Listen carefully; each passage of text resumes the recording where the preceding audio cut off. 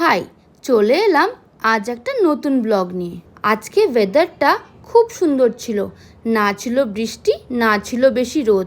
আজ একটা জিনিস খেতে খুব ইচ্ছা করছিল। তার আগে আমার মামুনির গার্ডেনটা দেখানো খুব জরুরি, বিকজ সেই খাওয়ার আইটেমটা ওখানেই পাবো।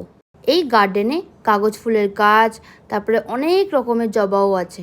কারি পাতা থেকে শুরু করে লঙ্কা গাছ, মোটামুটি সবই পেয়ে যাবে।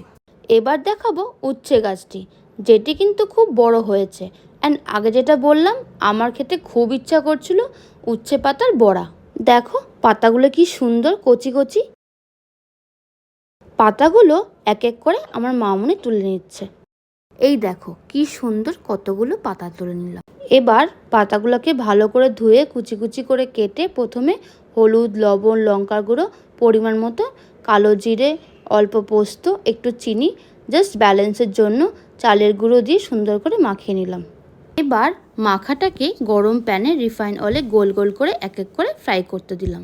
এটি কিন্তু খুব হেলদি, ছোট বাচ্চাকেও আপনি এটা দিতে পারেন। আমার ছেলে কিন্তু খুব পছন্দ করে এটা খেতে। এবার বড়াগুলোকে উল্টে নেব হালকা গোল্ডেন ব্রাউন কালার হয়ে যাওয়ার পর। এই হলো আমাদের উচ্ছে পাতার বড়া।